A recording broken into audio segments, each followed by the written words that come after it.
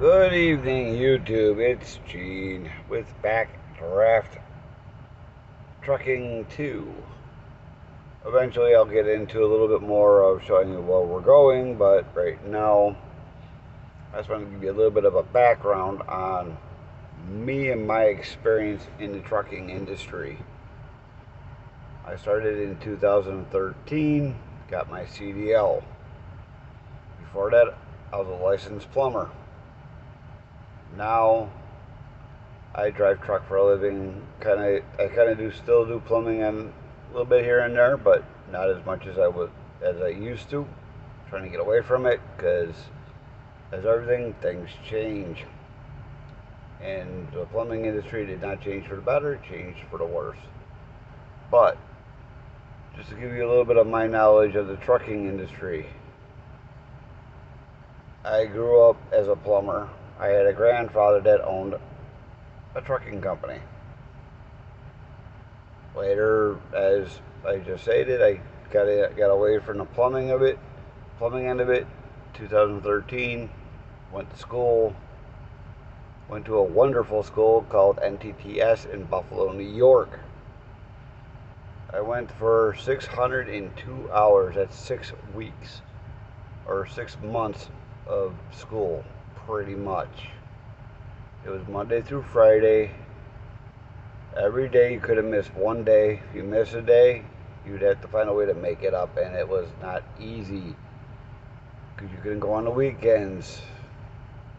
And the school went for, I had 3 weeks of classroom training, and then the rest were out in the yard playing with the trucks, doing backing, going backwards, forwards, road rides, doing seasides, blindsides, doing it all in a yard. Whether it was cold, warm, didn't matter. You were there, rain or shine. No big deal. Got it done. Started working with Warner Transportation for a short period of time. Slipped, fell at a truck stop, bruised my kidney. Waited around for Warner. They took forever with the workers' comp or to get me released to come back to work. And got tired of waiting, so because I was medically cleared to go back to work. But Warner took months to get me back to work, so I quit Warner and went to work for US Express. That was a bad idea. Come to find out, I was a number to them and a huge. They were looking for tax breaks. I just didn't feel right, didn't feel comfortable. They had 50 to 60 people for orientation compared to because Warner and US Express shared the same hotel, and when I was there for Warner, I watched a lot of drivers get bumped from them for whatever reasons. Don't know. They never said. But when I went there, I found out firsthand that it was feast or famine to get into US Express. I basically said that I had an issue with my kidney because I was just didn't want to be there anymore. So I finished off my drug test, passed my drug test like always, and I went home. At the same time, I was trying to get a hold of my recruiter, found out my recruiter quit. So that made me getting home a lot harder, a little bit harder and a little bit more difficult. And then I went to work. I went back home, went to work for Swift Transportation for about a week. Had a couple issues with a trainer. Got sent home for a couple different things to take care of at home. I basically didn't go back to Swift. I ended up going to work for a independent driver.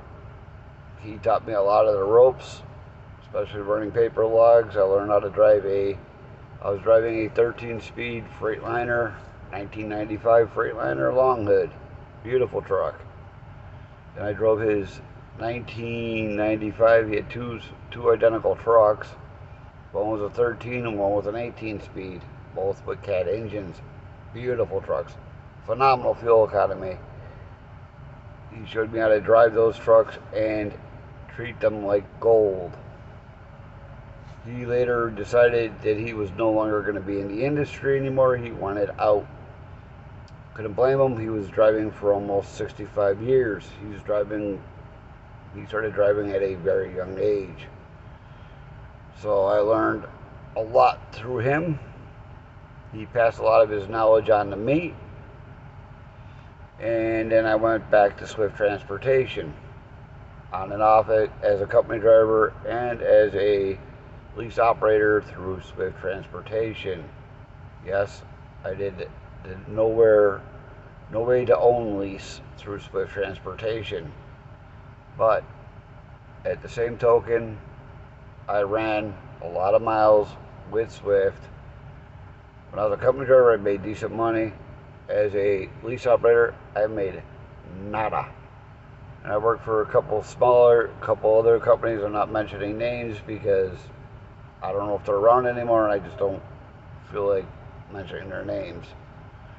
2019, I was working for Swift, got hurt, went out on workers' comp for 2 years, spent a lot of time on workers' comp trying to get my shoulder better.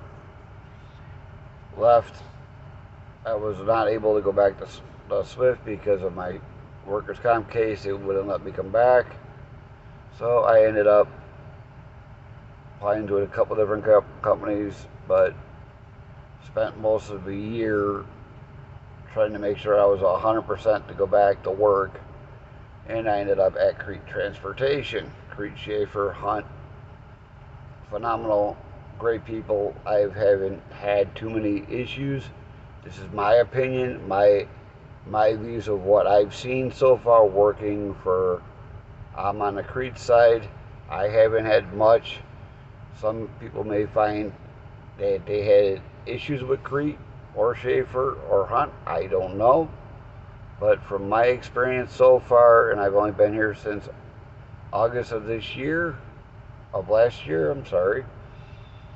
And so far from what I've seen, haven't had not one issue, not one problem with Crete Transportation. The only thing that I've had issues with is I had 2019, or either 2019 or 2020 Kenworth T680 that had a couple issues with it. That I went to go get it addressed at the Kenworth dealership, and they turned around and pulled me out of that truck and put me into a 2023. But I will tell you this, with Crete, Schaefer, I have been running non-stop with this company. I've had a few issues with breakdowns because it's a 2023. You might not think they break down. They sure do. There's too much technology on these trucks. Get rid of some of the technology, go back to the basics. I think we all be better off. Stop pushing the technology on it until we get it better situated, and stop pushing it on trucks, because these trucks were not designed for it. They're getting, like I said, the technology end of it is getting a little bit better, but not by much. Let's stop pushing it. And the only thing I wish that I had instead of the truck that I have, I don't mind having the truck that I have.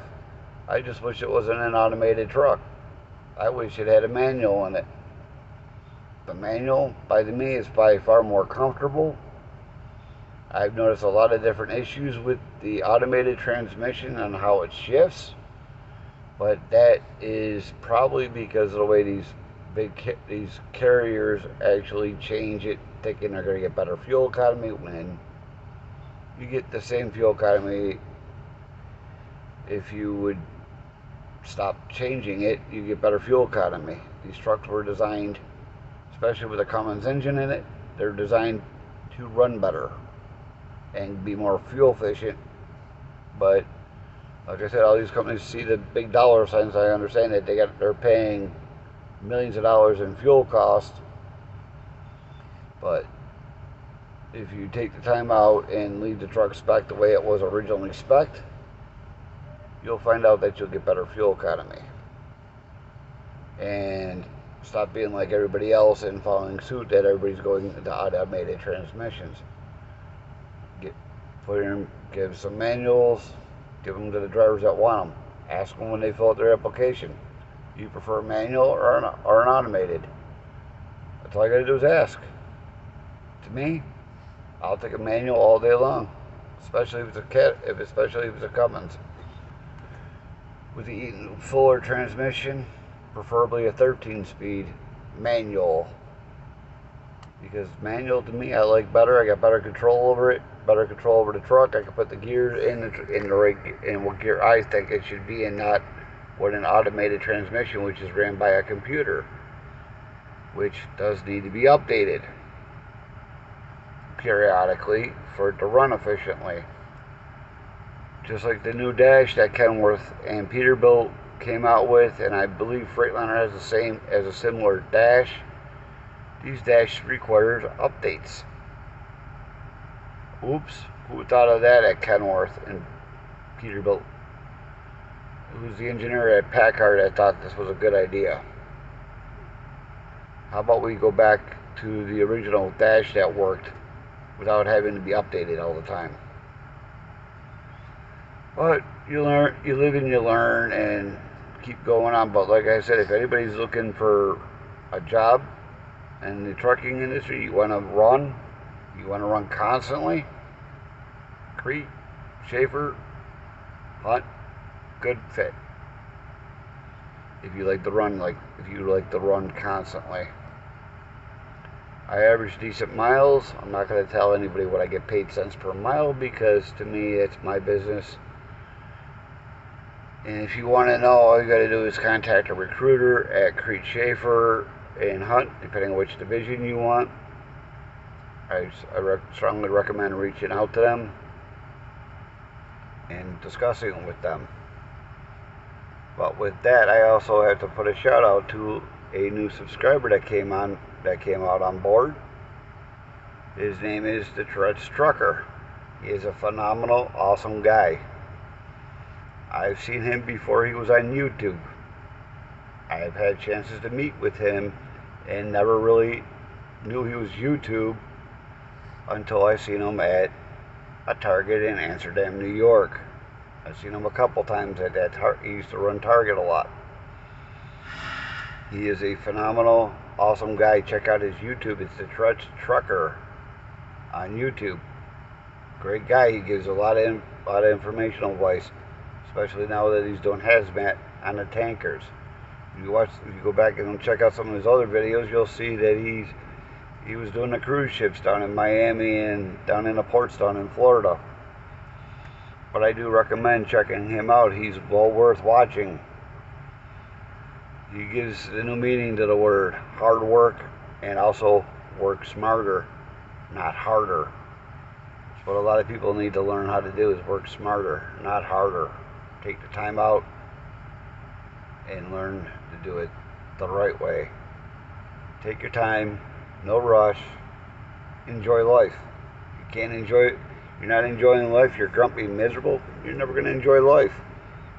Take the time out, see what's going on around you. Occasionally put your phone, put the TV away, put all your electronics away. Actually, you might want to take your phone, you might see something you might want to get a picture of out in the real world with your own eyes.